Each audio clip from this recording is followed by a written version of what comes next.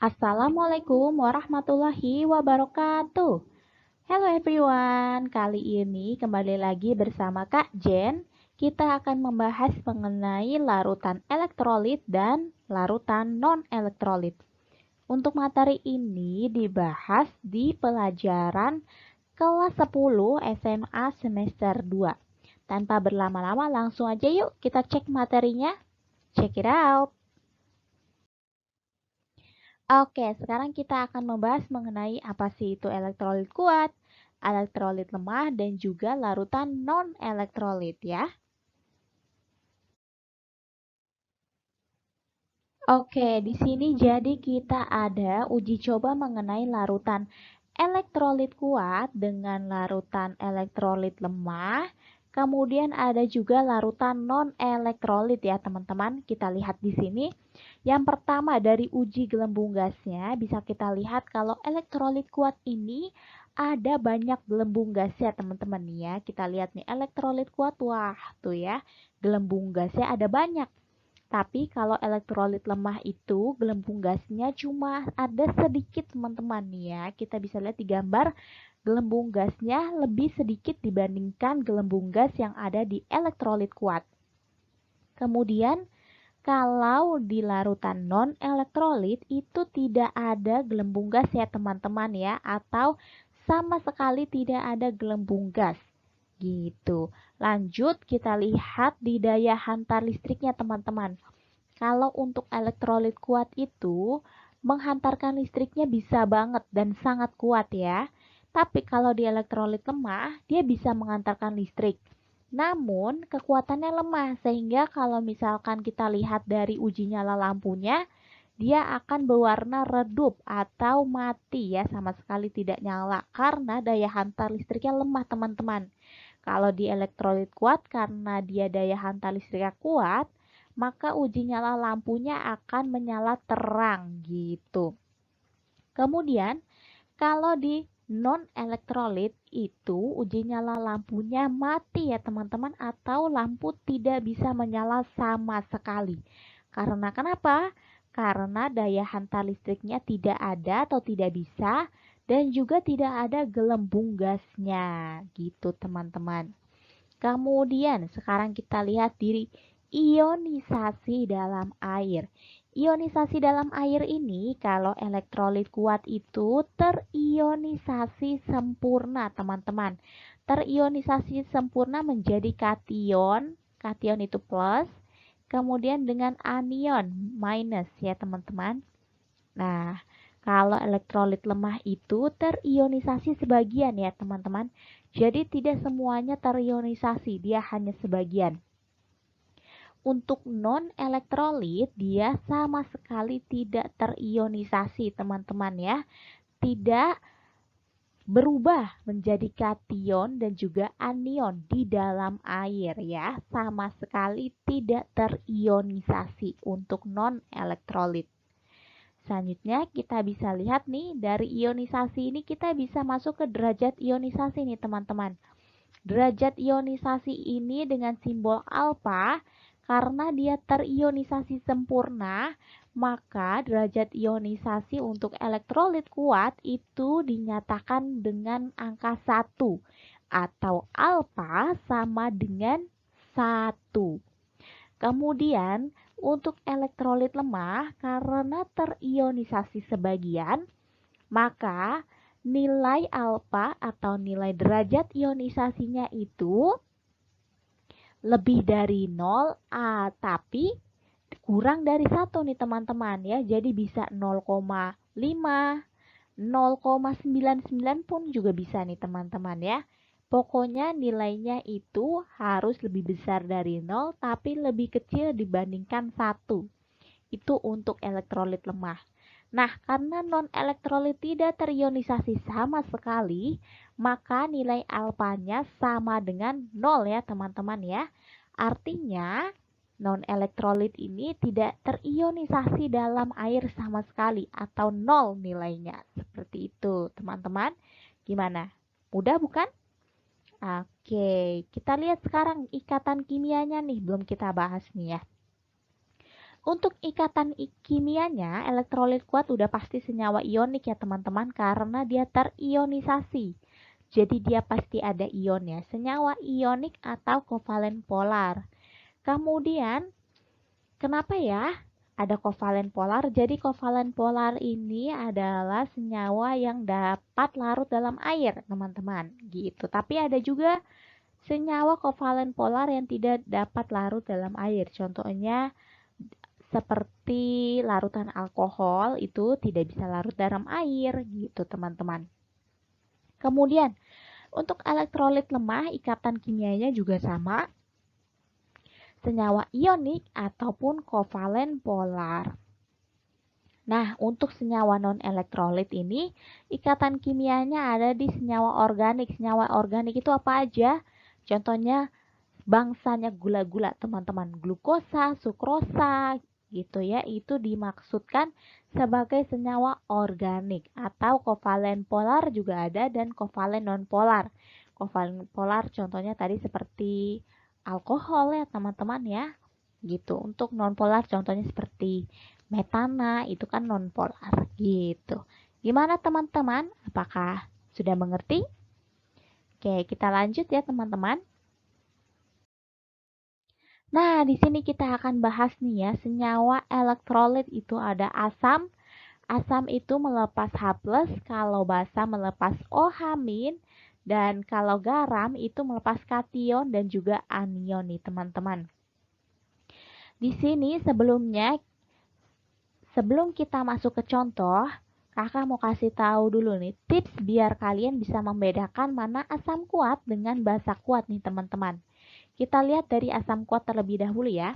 Untuk asam kuat melepas H+ ini dengan golongan 7A ya teman-teman, ini 7A kecuali unsur F ya.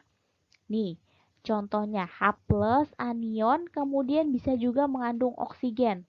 Contohnya seperti apa? Misalkan H dengan ada O-nya di situ. H2SO4 itu kan ada O-nya teman-teman. Nah, itu bisa dimasukkan ke asam kuat. Dan juga dilihat juga nih teman-teman. Di sini kita lihat juga ada jumlah oksigen ya. Kalau jumlah oksigen dikurang jumlah H itu lebih dari sama dengan 2, maka itu udah pasti asam kuat teman-teman. Gitu ya. Nanti kita lihat di contoh ya. Kemudian kalau basa kuat. Basa kuat ini OH- dengan logam 1A dan 2A kecuali Be dan Mg. Nah, ini teman-teman ya, cara menghafalnya nih. Ini ada 7A. Golongan 7A itu kan ada FClBrIAt. Vivi Clara berewokan Atut tuh, teman-teman ya. Cara menghafal dengan cepat. Ada lagi nih golongan 1A. LINAKRBCSFR. Lili naik kuda Rabu Kamis free. Nah, itu tuh cara menghafalnya. Kemudian ada golongan 2A. BEMGCASRBARA. Beli mangga, cari sisir, bareng rambutan. Nah, itu juga bisa tuh teman-teman ya. Oke, sekarang kita lihat di contoh nih teman-teman. Elektrolit kuat HCl. Kita lihat ini dia ada H+ dan Cl itu golongan berapa? Benar banget, dia golongan 7A, berarti dia termasuk elektrolit kuat gitu. Sekarang kita lihat yang O-nya nih. Ada H2SO4. Dia kan H+ anion mengandung oksigen. Ada oksigen ya. Nah, sekarang kita lihat nih. Apakah jumlah oksigen dengan jumlah H-nya lebih dari sama dengan 2? Yuk kita coba hitung. Oksigennya ada 4, kemudian H-nya ada 2 nih, berarti 4 kurang 2 sama dengan berapa? 2. Nah, berarti dia termasuk elektrolit kuat teman-teman gitu. Kemudian basa kuat kita lihat nih. Ada NaOH. Na golongan berapa teman-teman? Yap, betul, Haji Lili naik kuda. Nih, dia golongan 1A. Makanya dia termasuk basa kuat tuh cara ngeliatnya ya teman-teman. Kemudian ada lagi K. K itu juga termasuk 1A. Ca termasuk 2A. Ba juga termasuk 2A nih teman-teman ya. Jadi dia termasuk elektrolit kuat. Nah, untuk garam kita lihat juga nih. Dia dari golongan apa teman-teman? Dia dari golongan yang kuat-kuat. Cl itu kan 7A kuat. K 7A juga kuat. Kemudian apa lagi? Oh, 1A. K itu 1A ya teman-teman. Kemudian Na kuat. Sulfat nih ya kuat juga. K dia juga kuat nih 1A. Makanya dia termasuk elektrolit kuat teman-teman. Nah, sekarang kita lihat ke elektrolit lemahnya teman-teman. Dilihat aja kalau dia tidak ada golongan 7A dan dia tidak ada golongan di 1A, 2A berarti dia masuk elektrolit lemah. Contohnya nih S. S itu kan bukan dari bagian golongan 7A, 1A, dan 2A ya. S itu golongan 6A. Berarti dia termasuk elektrolit lemah. Kemudian ini pengecualian nih. Kita lihat di sini ada kecuali F, dia masuk elektrolit lemah nih. HF tuh teman-teman ya. Kemudian CH3COOH ini kita sebut asam cuka. Kalau kita lihat dia kalau di jumlah oksigen dikurang jumlah H tidak sama dengan 2 ya teman-teman. Ini misalnya O-nya kita jumlah sama H ini kan habis nih. Ini yang ini nggak bisa kita kurang kan. Nah, berarti dia termasuk elektrolit lemah. Begitu juga dengan asam fosfat dan asam sianidanya ini. Kemudian kita lanjut ke basa. Basanya di sini ada amonium hidroksida. Dia juga tidak termasuk di golongan 1A, 2A, dan 7A ya teman-teman. Dan di sini ada BeOH2, tapi ingat teman-teman, di sini kan kecuali Be dan Mg. Nah, ini diingat-ingat ya kecuali Be dan Mg-nya nih. Maka dari itu BeOH2 termasuk dengan larutan elektrolit lemah. Kemudian Al juga bukan golongan dari 7, 1 dan 2A. Fe juga bukan. Untuk garam ini ada pengecualian juga. Untuk garam natrium fosfat dan perak hidroksida, perak nitrat ini dia tidak termasuk dari garam kuat teman-teman karena nilai derajat ionisasinya kurang dari 1. Makanya dia termasuk dari elektrolit lemah. Bagaimana kita bisa tahu? Biasanya ini ada di soal ya teman-teman. Di soal diberitahu derajat ionisasinya berapa gitu. Selanjutnya untuk non elektrolit kita lihat nih teman-teman. Selain asam, basa, dan garam, yaitu ada senyawa organik nih, glukosa, sukrosa, urea, dan etanol, golongan alkohol, golongan urea, golongan gula-gulaan itu termasuk non-elektrolit ya teman-teman ya. Jadi dia tidak bisa menghantarkan listrik, tidak ada gelembung juga. Derajat ionisasinya sama dengan 0. Selanjutnya kakak kasih tips juga nih, gimana kita bisa bedain larutan elektrolit kuat, lemah, dan non-elektrolit. Untuk elektrolit kuat, teman-teman lihat deh, ini pasti kita ada dua kata kan? HCl, asam klorida. Asam klorida. Berarti dia ada dua kata teman-teman. Kata satu asam, kata dua itu klorida. Nah, biasanya kalau ada dua kata itu termasuk elektrolit kuat ataupun elektrolit lemah nih teman-teman. Tapi kalau non-elektrolit itu cuma ada satu kata aja kayak gini, glukosa. Nah, glukosa kan cuma satu kan katanya. Nah, itu termasuk non-elektrolit ya. Ini tips dari kakak. Jadi kalau teman-teman melihat ada larutan yang memiliki dua kata, asam klorida, asam bromida, atau apalagi asam cuka tuh, asam sianida, berarti dia termasuk golongan elektrolit. Tapi kalau dia cuma ada satu kata seperti glukosa, sukrosa, urea, etanol, itu termasuk non elektrolit. Gimana teman-teman? Mudah bukan?